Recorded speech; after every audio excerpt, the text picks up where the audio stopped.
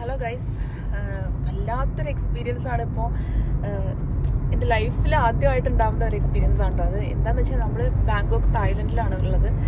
അപ്പോൾ ഇവിടെ ഭീകരമായൊരു എർത്ത്ക്വേക്ക് ഉണ്ടായി. ഇവിടുത്തെ സമയം 1:20 ആവണ സമയത്ത്.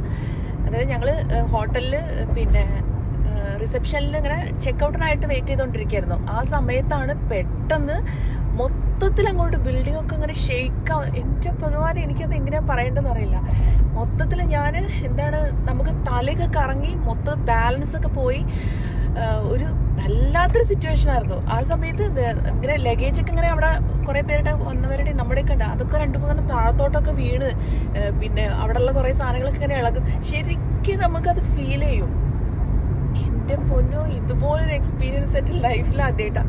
അപ്പോഴത്തേക്ക് എനിക്ക് എന്താ സംഭവം എന്ന് മനസ്സിലാവണില്ല. അപ്പോഴത്തേക്ക് അവിടെ ഉള്ളവരൊക്കെ ഇറങ്ങി ഓടാൻ പറഞ്ഞ് നമ്മളെല്ലാവരും ഇറങ്ങി, ഹോട്ടൽ ജീവനക്കാർ നമ്മളെല്ലാവരും ഇറങ്ങി ഓടി പുറത്തോട്ട് വന്ന് കുറേ അയ്യോ ഇതെങ്ങനെ പറയണമെന്ന് എനിക്കറിയില്ല. കുറേ പേര് സേഫാണോ എന്നൊക്കെ ചോദിച്ചിട്ടുണ്ട്. സേഫാണ്, പക്ഷേ എൻ്റെ ലൈഫിൽ ഉണ്ടായ വല്ലാത്തൊരു എക്സ്പീരിയൻസ് ആയിപ്പോയത്.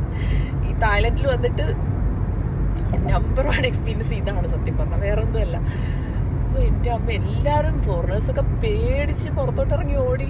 കുറേ പേര് ലിഫ്റ്റിലൊക്കെ ആയിരുന്നു. ലിഫ്റ്റൊക്കെ എന്തൊക്കെയോ ആയി, എന്താ ഒരു പിടിയില്ല.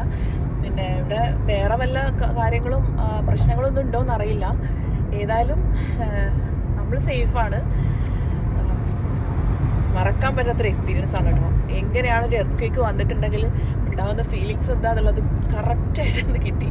ഒരു 6-7 സെക്കൻഡ് നേരത്തേക്ക് എന്താണ് സംഭവിച്ചത്, മൊത്തത്തിൽ ഇങ്ങനെ ബാലൻസ് പോയിട്ടുണ്ടല്ലോ, നമ്മളിപ്പോൾ വീഴും എന്നുള്ളൊരു അവസ്ഥയായിരുന്നു. അങ്ങനെയായിരുന്നു.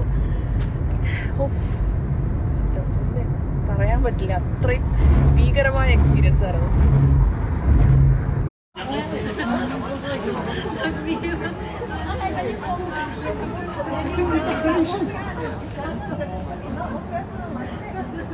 Kids have got no shoes on, so they're in the feet running down there. Stop down there now.